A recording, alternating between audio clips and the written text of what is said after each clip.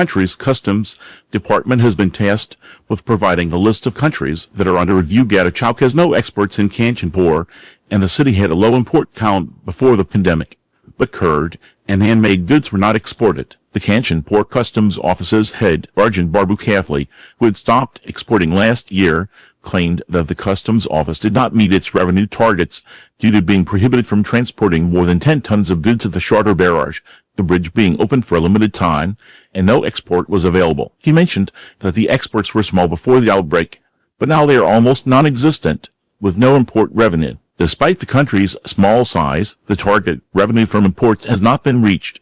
According to the chief, he reported that in FY 2081/82, only 80% of the targeted revenue was collected. This year's revenue is Rs. 5 crore, which is 77 lakh more than last year. The Customs Office has a limited capacity of collecting only Rs. The Charter Barrage is old and worn out, and it only allowed 10 tons of goods to be brought in at a time. Kathil, the customs chief, stated that the port does not permit merchants to import goods directly from there, which results in higher charges for loading and unloading at the entry point. Despite this, other countries do not import large quantities of goods from this port. The Revenue Department has been unable to meet its revenue target, as they have been continuously raising the target without conducting any research, according to Chief Kathli. He pointed out that the Kanchanpur Customs Office had initially set the revenue goal of Rs. 52 crore in 2017/79, but only managed to collect Rs. 46 crore. Despite the government's target of Rs. 58 crore in revenue collection for the next financial year 2079/80,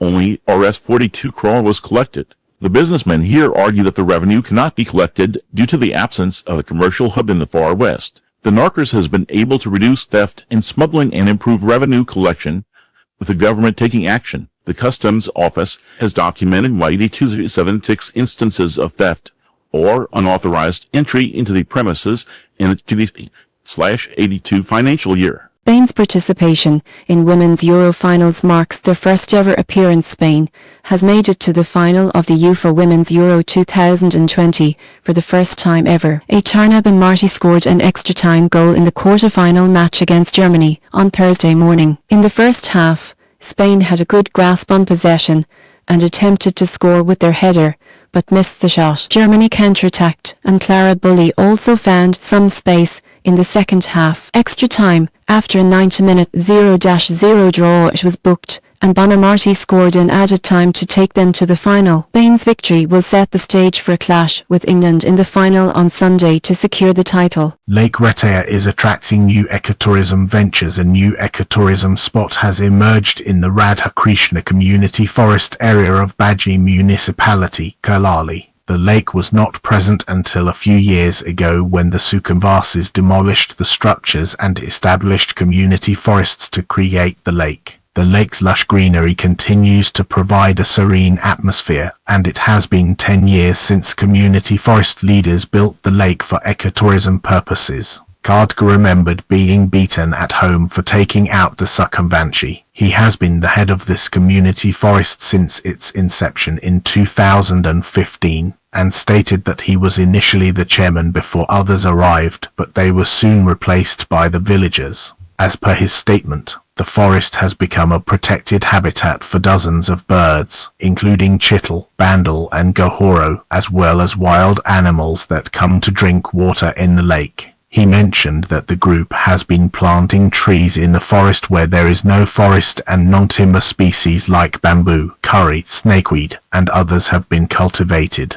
He was honored with the 2003 Abraham Conservation Award for his tireless efforts to conserve the environment. The lake was created by constructing a small dam in the cleared area to gather water naturally. Prior to that, fishermen were using it for fishing, but we plan to develop it to preserve it and facilitate tourism. The President of the Republic of India, Shri Khadge, announced that the lake has become a popular spot for local tourists due to the planned development's promotion of tourism. He added that 3 boats are now operating on the closed lake. The park is famous for its free boat rides, which are available to senior citizens and those with disabilities. Additionally, students can enjoy the ride for Rs15 per person. The Chief Minister stated that the community forest's income has increased, which has opened up opportunities for the local population to take care of their health. He also mentioned that they are paying Rs 2,100 per month to the photographers who capture images from the forest. The Tharu Museum, which is being built near the lake, has increased the significance of the Ritabaya Lake. The museum infrastructure was constructed with a budget of Rs 90 lakh by the federal government and Rs 10 lakh from the state government.